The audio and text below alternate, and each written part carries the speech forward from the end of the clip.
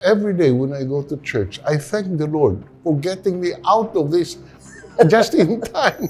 We must consistently show that you cannot commit a crime and not get punished with it. I ask a question to the Anti-Money Laundering Council. Magkano ba talaga ang na-freeze ng mga assets nitong magkano ba talaga?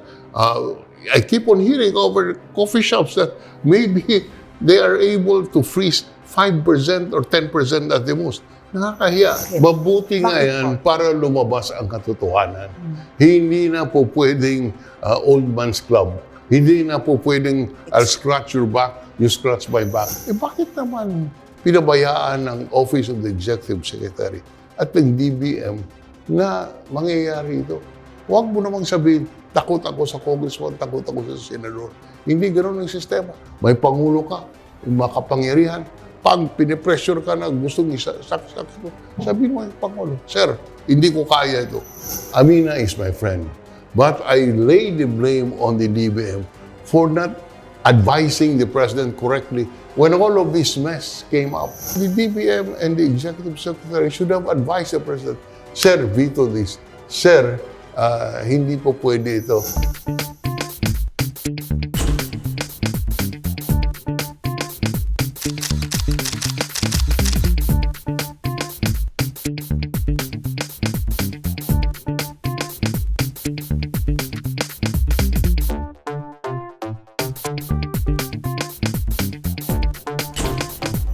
Hello everyone, I'm Luchi Cruz-Valdes and welcome to Usapang Real with Luchi. At this point in the investigation of the flood control, corruption, the question on everybody's mind is this: paano mababawi ang pera?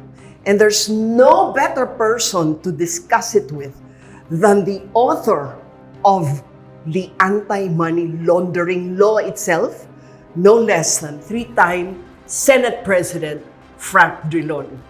Welcome to URL, Senator Drilon. Thank you very much for having me here. I thank you for being here. Yeah. Nako, kailangan namin ng kalinawan. You know, the hearings are almost over. Okay? Yes. And at this point, ang feeling ng tao, parang mag-fizzle out ba ito? Nakakatakot, di ba? How do you feel about where it's leading now? One thing I can tell you, people are angry. And that should be a red flag to our legislators that the days when you scratch my back, I'll scratch yours is over. And therefore, there must be, the people are demanding not only transparency, but to punish those who are guilty. But having said that, maybe the question to ask is, why are we in this mess today?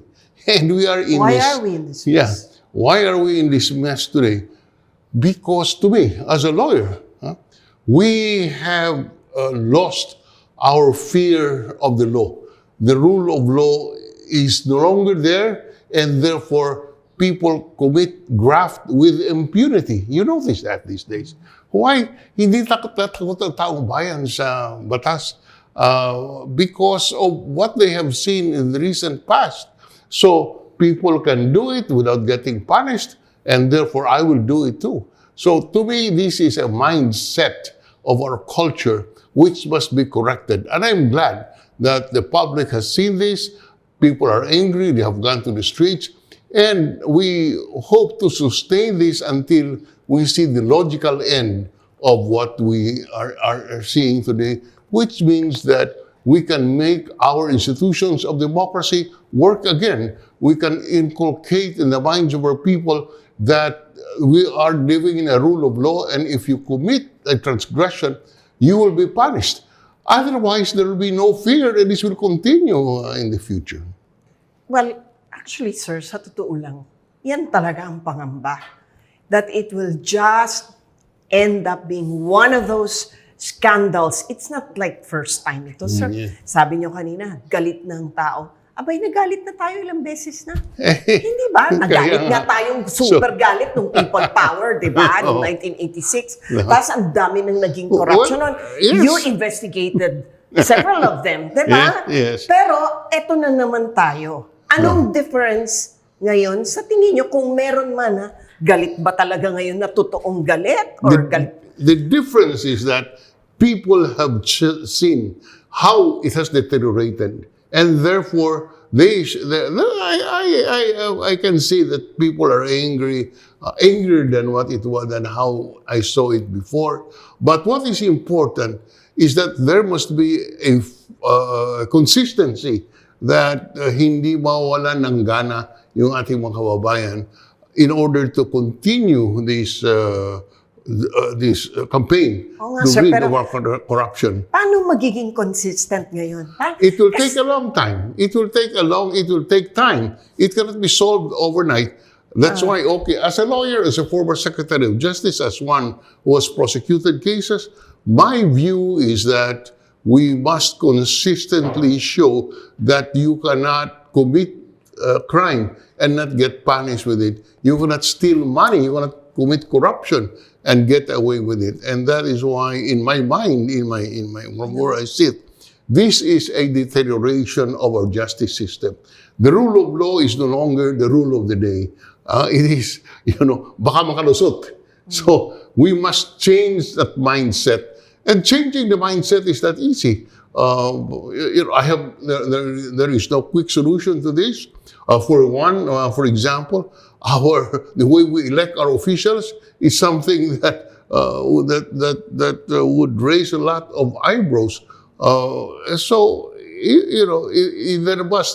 There must be a conscious effort. In the immediate term, there must be punishment. Okay, In the immediate kasi term. impunity is really what we're Yes, facing now. yes. What we've faced for Yes. decades already. Yes. Sawang-sawa na tayo sa wala ngang napaparusahan. Sige, pag-uusapan po natin, sir, yung mga dapat na logical results ng mga investigations na ganito. Unang-una na, ang tanong ng taong bayan nga ay, paano ba mababawi ang pera? Si Zaldico ay nag-resign na at nasa abroad. At ang huling balita ay nasa Spain pa. Paano mahahabol yung sabi ni Secretary Ralph Recto? Abay, pwede raw umabot sa 118 billion ang nawala. Sa investigations ngayon, lumalabas 42 billion plus. Yes. Paano mababawi yun, sir? Kayo, AMLA, author kayo? The institutions of democracy in our country, to exact accountability is less than ideal. Okay? So, yes, I authored the anti-money laundering law, but I asked a question to the Anti-Money Laundering Council. Magkano ba talaga ang na-freeze ng mga assets nitong magkano ba talaga? I keep on hearing over coffee shops that maybe they are able to freeze 5% or 10% at the most. Nakakahiya. That is why there is a failure to exact accountability because our agencies, which would exact accountability, are not doing their jobs. Sir, can we do this step by step? So, di ba sabi sa batas na binalangkas ninyo, pangunguna ninyo, ang sabi doon sa AMLA, dapat daw 20 days, di ba? May 20 days kayo para i-establish nga na talagang may probable cause. Yeah. Yung matama po ba ako doon? Yung 20 days is the length of the temporary freeze that is ordered upon authority of the Court of Appeals. So ngayon freeze na raw, di ba? So meron silang 20 araw para patunayan. 20 araw in order to justify that the freeze should go beyond the 20 days. Pero di ba hanggang 6 months lang pwedeng i-extend ang freeze? Yeah, but alam mo, when we were crafting the law, you must have a balance between the rights of individuals and the authority of government. Correct. That's why 20 days in the first place was a compromise. What the law says, Mr. Government, show that there is reason to extend this beyond 20 days. First step. Second step, you have 6 months to prove that indeed these are stolen funds, and therefore we should forfeit or continue the freeze. You see, it was a very difficult law to craft. You have to have a balance. Because if you give unwarranted powers to government, the private citizen will also suffer from abuses. That is why when I was in the Senate, when I authored this law, we have to balance. Remember that this is a new law that the Financial Action Task Force, or FATF, required of us to pass. And I had to push it, notwithstanding the objections from some quarters, because our overseas Filipino workers were suffering because of our non-passage of the law, Yes. not being opaque about it. You know, the overseas Filipino workers remitting their earnings were required to fill up a foot thick of documents. Right. So we had to do something. But Kahit nga dito, sir, yung mga depositor, di ba? Yeah. Hindi basta-basta makapag-withdraw o makapag-deposit because ng the malaking purpose halaga. of the anti-money law is to prevent the criminals from using the banking system to their benefit. But in the process, you must also protect the rights of the individual. You see? Understood. So, okay, applying the principles of the law, yung AMLA, anti-money laundering, yun freeze na, sir. Sa tingin niyo po ba sa loob ng 6 na buwan na yun nga yung itinakda ng batas, di ba? That's what the law says. Is the amount of time given to prove nga na itong mga nakaw na to na fini-freeze namin. Nakaw lahat yan. Well, Magagawa ba yun, sir, in 6 months? Lalo na, sir, alam na ng lahat yung na meron namang mga safe havens for illegal money, illicit money, di ba? Like Switzerland, Liechtenstein, alam na natin yan. Tsaka yung mga Cayman Islands na yung mga mayayaman, mga magnanakaw nga precisely. Alam yan. Paano natin hahabulin yun, sir? well, that's why, that's a challenge to government. That is the law. And it might be difficult, but that is how it is crafted, given that we have to balance the rights of the depositor versus the rights of government. There has to be a balance, and that is a challenge now to the government to be able to prosecute within this period. Believe you me, the president has vast powers in order to be able to do this. Kaya po yan eh. Bersamin is a former Chief Justice. Yes. He should know how our justice system works. Come on. They have all the levers of power in government. And I do not accept the proposition that they cannot fulfill their mandate within the periods we set in the law. That is the law. They have to follow it. There are no ifs and buts about it. What should Malacanang be doing at this point, if any, Malacanang, in terms of recovering whatever may have been lost? Malacanang, as I said, the president has all the powers. Harness this authority for the public good. Tutukan yan. Ako po'y naniniwala, ang laki ng ating bureaucracia. Pag walang nakatutok sa isang bagay, walang mangyayari. It will end in the pits. So what I'm saying is, have somebody who can really monitor. Wala nang gagawin for the rest of the term of the president, but monitor the developments in this case. Kaya po yan. Okay, so pag-usapan po natin yung, kasi ang tagal nyo rin sa Senado, sir. No? At marami na rin nga kayo na imbestigahan. Ano pong basa nyo sa nangyayari ngayon na tila hating-hati ang mga senador? Hating-hati ang House at ang Senate. Parang nagkakaturuan, sabi nyo, scratch your back, scratch. I'll scratch yours, you scratch mine. Parang hindi na ganun. Turuan na ngayon, sir. Mabuti nga yan. Tingin nyo, bakit? Mabuti nga yan para lumabas ang katotohanan. Hindi na po pwedeng old man's club. Hindi na po pwedeng I'll scratch your back, you scratch my back. So hindi na sila lang. Now, ngayon, people are finding out the truth because of the political conflict. It's democracy. Precisely in a democracy, you are given your right to dissent. And dissent, in this particular case, benefits public interest, benefits the people, because we know the truth. We're starting to know the truth. What is important is that there must be consistency on the part of the public to monitor, and you in media should play a critical role in bringing up all these things so that it is in the consciousness of our people. I think there's a lot of information, not just in mainstream media, but social media. But ang epekto po nito ay, sa totoo lang, hilong-hilo na mga ang publiko. Yes, okay. Nako-confuse na.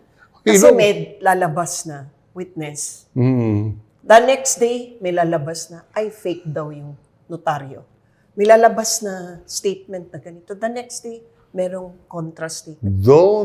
Don't get diverted by those side issues. Remember, there is only one issue: to clean up the mess and to punish those who are guilty. All these things about false witness, etc., to me, those are side issues. What is important is that you pursue the mandate of finding out what is the truth, of who are the crooks, and prosecute them and jail them. But the persons involved, the investigators themselves, I mean, the Senate and even in Congress, they're all moving along their party lines. So, hindi maiwasan yung partisanship, no? At syempre, alam na rin natin, sir, may trolling on both sides. I mean, we know that, especially on social media. Terrible. Di ba, sir? Yeah. Ano nga, parang yung publiko napapagod na, nagpo-protesta kami dito, pero ano ba tong dramang ito? Totoo ba ito? Or effect lang ba to? Pa-effect nyo lang to? That is the challenge of civil society, precisely. And to the mainstream media, to see to it that we perform our duty to our country and to our people, to see to it that we provide a better future for our children. And how can, in this particular case, we provide a better future by trying to clean up and cleanse this situation that we see today. Okay, you said earlier na ang napansin niyo talaga, kitang-kita na ngayon na mga abogado at lawmakers na karamihan ay abogado, wala nang fear of the law. Sir, paano ba mababalik yun? Kasi for one, show to the people that you can enforce the law regardless of who is involved. That's one, basic. And you have a role in media, in media you have a role to show to the people that indeed our rule of law is governs our conduct. I go back to my stint. When I was Secretary of Justice, I concentrated on the sensational cases. Why? Because this is what media will report. And if media reports this, the mindset of the people is, ay, may nangyayari pala. So that matatakot na gumawa ng isang bagay because natatakot siya, mapaparusahan siya, mahuli siya. So, again here, it's a process which you cannot achieve overnight. Iyon na nga, sir. Parang, okay, so kukoveran namin, mapapahiya. Pero after a while, pagka nakalimutan na ng tao, sila rin, mawawala na yung hiya. Yeah. And then before you know it, after a couple of years, wala na-dismiss na yung kaso, o di kaya, diba, na-reverse pa. That is the burden of leadership. To make sure that we are able to pursue the goals that we set for ourselves, or our people. That is the burden of leadership. And in this particular case, having said that, why are we in this mess? It's not only Congress. The executive itself has something to be blamed for. What? The budget process is in 3 stages. You prepare it, preparation, and you have the National Expenditure Program. Doon pa lang sa NEP, pinapasok na yung pork barrel. Second, after the National Expenditure Program, the budget is submitted to Congress. Doon sa Congress, amendments, now called insertions. But yes. let me emphasize. Yung insertions, lahat daw may insertion. Yeah, the insertions. There's a lot of talk about prevent all these insertions. You cannot prevent members of Congress from proposing amendments. Why not? called insertion because that's a power of the granted under the Constitution. I tell you, you pass a law, it says you cannot amend the law. Yun nga ngayon ang proposal. Yes. Diba nagkaroon ng proposal? Yung Malacanang na parang kung ano yung NEP, yan na. Mali yan. It cannot stand constitutional scrutiny. And if that is true, I am saddened by the lack of discernment of what the relationship is. You know, the remedy is, all right, so you include your pork barrel. It is up to Malacanang to veto. You have an item veto power, 9-item veto power in the Constitution for the budget so that the President, can veto or at least mark for later release these amendments. And here, I lay the blame squarely on the foot of on the doors of the DBM and the Executive Secretary for not having advised the President that these are all pork barrels that, we have to veto this or at the very least, mark it for later release. Yun nga sir, parang ang basa ng tao, yung executive tsaka Congress, merong mga unholy alliances.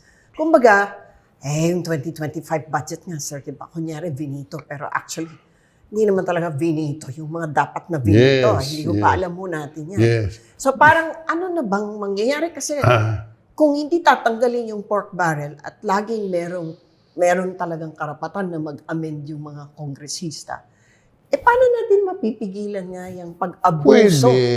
Pwede. First, there must be a diligent effort to stop this through the powers existing in the office of the President. Veto it. But you veto it, so the first thing to do is you must be diligent enough to find out which items are pork barrels. Diligence, and then political will. Political will to veto this. And again, this is not a perfect society, but precisely we have laws, we have systems to try to approach a perfect state. It's up to us. And I don't believe that there are no laws. There are enough laws. It's a question of properly implementing it. It's a question of political will. It's a question of diligence in seeing to it that the public good is the primary consideration. Heto, halimbawa ito. Bakit naman pinabayaan ng Office of the Executive Secretary at ng DBM na mangyayari ito? Huwag mo namang sabihin, takot ako sa congressman, takot ako sa senador. Hindi ganoon ang sistema. May pangulo ka, makapangyarihan. Pag pinipressure ka na gustong isaksak mo, sabihin mo yung pangulo, sir, hindi ko kaya ito. I mean, that's a practical way of doing it. But I am at a loss as to how to respond to your question. Because indeed, a lot of things must be done. It's not easy. The electoral process is flawed. But we just have to make it work. There is no substitute for that. Because if we give up, lalo masama.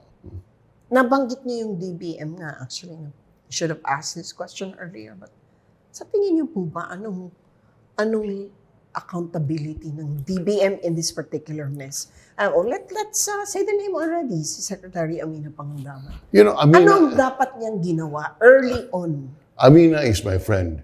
But I lay the blame on the DBM for not advising the President correctly when all of this mess came up. This is, ngayon lang, I hear for the first time, there is a so-called leadership fund when they are preparing the National Expenditure Program.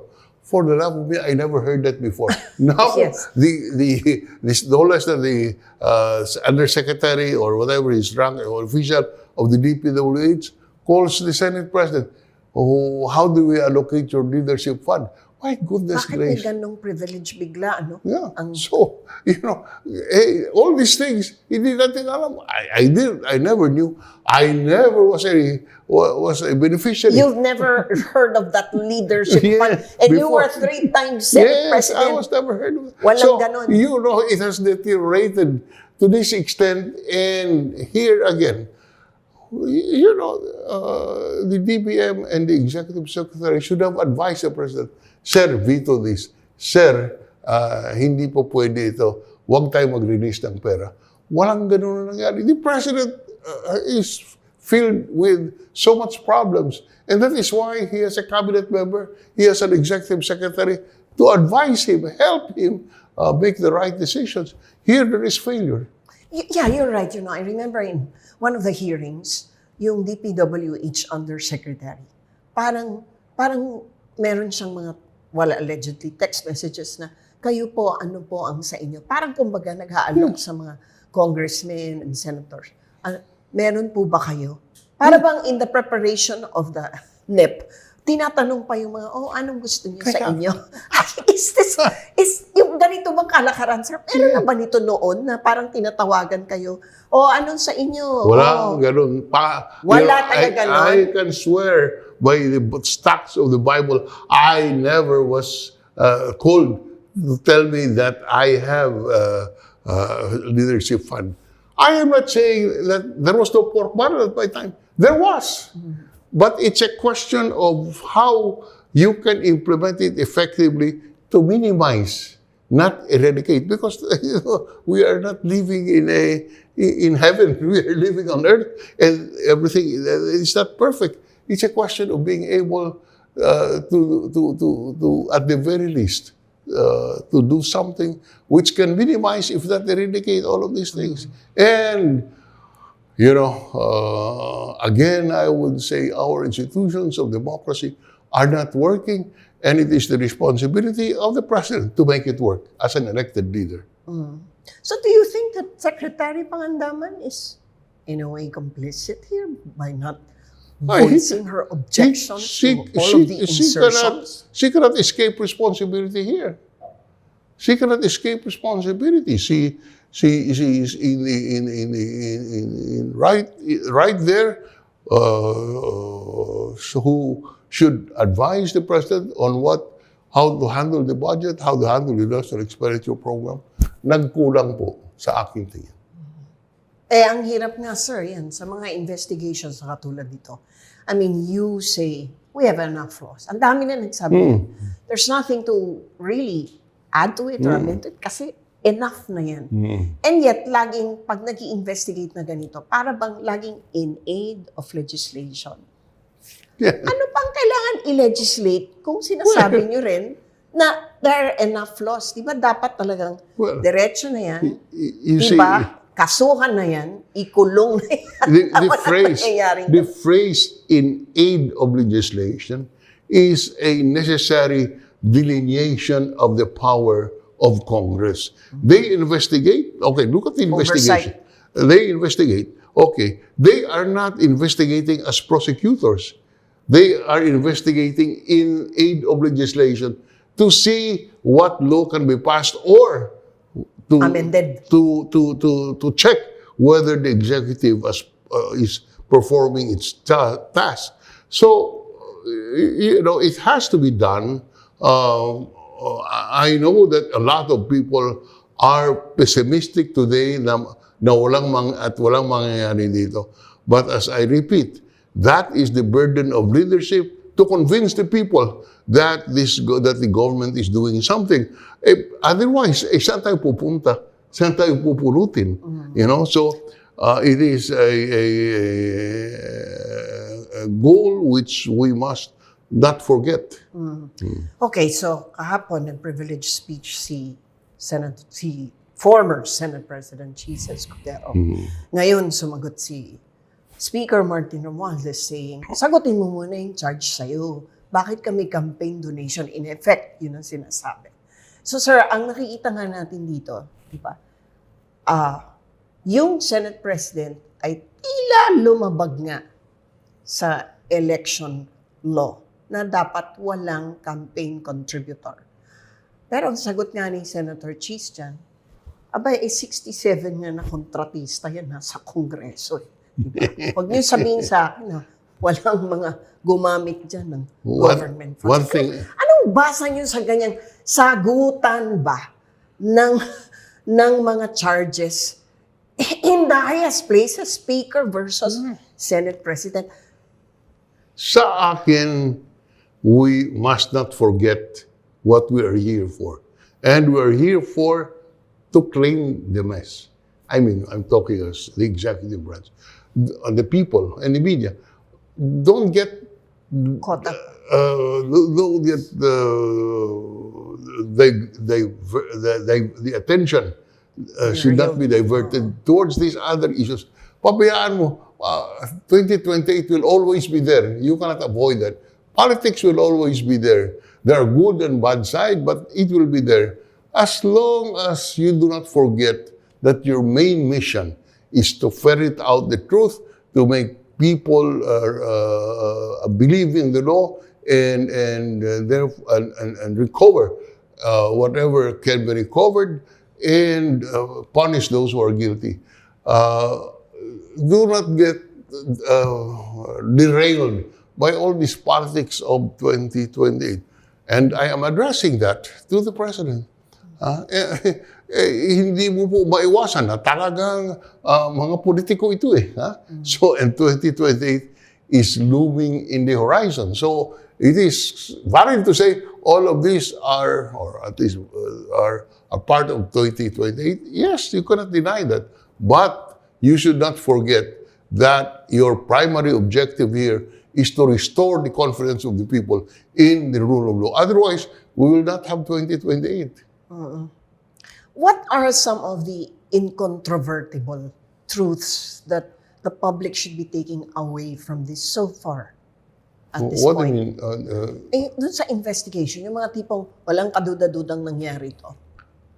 Well, the President should, as the chief executive of our country, should be able now to take action. Put pressure on the Anti-Money Laundering Council to do their job of preserving the assets. Put pressure on the National Prosecution Service and the Ombudsman and the COA to do their job. So that all of these things will not be forgotten. I tell you, I have was in the bureaucracy for something like 30 years. And given the size of the bureaucracy, the tendency of things being placed at the bottom and not being noticed at all is a reality that we have to face. So kailangan hugutin mo yan at keep on making the people conscious that he is where we are today. Sa tingin niyo po ba gagawin niya ng presidente? Knowing what we know of him? He wanted to be president. He was elected president. That is a burden of leadership that he has to take. Or more to the point, what is he not doing enough of? What is he not doing? What is he not doing? Being conscious that people are angry and therefore he should do something in order to hasten the process and arrest this dismay and the state of mind of the people. Arrest it. Show that we can do it. Show that the rule of law is something that is working in this country. So there's no other way of doing it. Do you think that it will come to a point where para tayong Nepal, Indonesia, na parang kakagulo na sa galit nga ng mga tao dahil nakikita nila na malamang wala na namang mangyayari dito? Kaya nga, that's the danger. I don't want to think of it that way, but that is a matter that we cannot just disregard and close our eyes to. And that is why I keep on saying, the President has enough powers under our system to be able to arrest that deterioration of the people's confidence in the rule of law. But what if, the wheels of justice grind ever so slowly and people cannot afford to wait? As a matter of fact, we know that the President only has until 2028 anyway. And the cases will probably far outlive his term. And in the meantime, yun na nga, hindi na natin mababalik yung nawalang 42 billion at least. No? Ang sakit naman nun sa publiko, sir. Na parang magtitiwala na naman tayo sa sistema na napakabagal. Masakit sa publiko. But I ask you, what are our options? Isn't our option to see to it that our system should work? baka nga mag-revolution. Yun ang Kaya sinasabi, nga, di ba? that is why I am saying it is the obligation of the president, it is the duty of the president, is the duty of the executive branch to restore this confidence in the rule of law. You know, kaya yan eh. I mean, I have been there, I have done that, you know. And as long as you know what is your objective and pursue it. Pursue it if you believe that this is what should be done. What about strengthening the political institutions? Kasi yun naman ang sinasabi ng maraming mga political analysts no, na ang hina-hina na ng institution. Kasi nga, punong-puno na ng mga corrupt, di ba? Tapos yung election institution natin, di ba? Alam natin lang, bayaran na nangyayari. Ginagamit na yung mga well-intentioned programs like ayuda, di ba? AIX, tupad, di ba? Yes. Para sa election. Kumbaga, sobrang hina na nung institution na yung check and balance nawawala na. Sir, so wala ba tayong pwedeng gawin or yung presidente? Kasi may mga nagsasabi nga, sir, mag-con-con na lang daw ulit, magtawag na lang ulit ng con-con at baguhin na yung term limits into, like Rowena Gonson suggested that, no? One term, 4 years, tingnan natin kung may tatakbo pang mga dynasty. Isa pa yun, sir. Pa natin napapag-usapan ng dynasty na yan talagang Ilang sakit beses natin. na pag-usapan yan. Pagdating doon, debate tayo ng debate, is a 6-year term without re-election dissolution or is it 4 years with one re-election dissolution? Lahat ito nagawa na noon. Lahat ito nasubukan na natin. Sa akin, uulitin ko lang. Ipatupad mo natin ang batas ng gusto. Ano ba? Yung sinasabi, yung mga nakikita natin ngayong corruption, sa akin, kung mayroong political will to enforce it, to enforce the law, I'm not saying you'll eliminate it, but there should be remedies. There should be remedies that will make the people not lose hope as we are seeing today.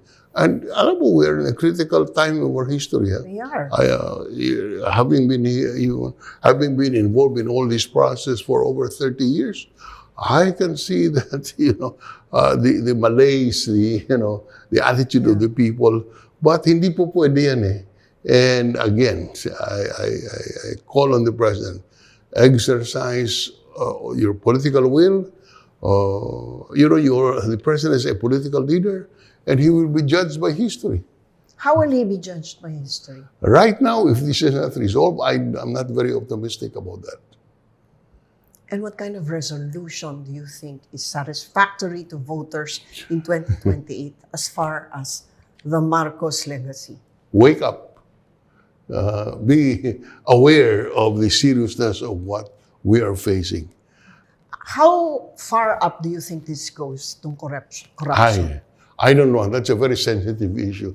I don't want to to make an opinion because I am not in possession of all the facts. That's, I don't want to do that. I don't want to answer that. Mm-hmm. But as a result of which, you agree that the public has really lost trust in Congress as an institution? Certainly. Certainly. As an institution, the people have lost confidence in Congress because of all these things happening. But I would assert that it's not only Congress, but it cannot, because it's both Congress and the executive branch colliding or colluding with each other. Kayo, sir, ang tagal niyo sa Senado. How do you feel about the Senate now? Well, I am not happy. I am sad with what I see. And again, part of the process would be to reform our electoral system so that we elect qualified people in Congress. Alam mo kasi, yung sa Senado, 24 lang sila eh. So makikita mo kung ano ang pagkukulang at mas malawak ang kapangyarihan ng senador kaysa congressman. So it is important that we elect the right senators. These are national leaders. Do you And- miss the action now? No, I'll tell you something. Every day when I go to church, I thank the Lord for getting me out of this just in time. Because the way what is happening today, it's so difficult to defend the institutions of democracy that we have.